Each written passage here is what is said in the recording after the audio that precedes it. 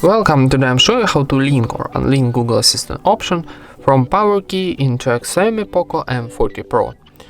Firstly, open your settings, scroll down and find additional settings. In this menu, go into Gesture and Shortcuts. And how you can see, first option in the list will be Launch Google Assistant. Go into this option and now press to activate your switcher, like this position, and you activate your link to Power Key Google Assistant. So let's try. Press and hold, and how you can see, our Google Assistant is activated. If you want to turn off, click one more time, and this position is disable your Google Assistant. And that's it. Thank you for watching, leave thumbs up and subscribe to our channel.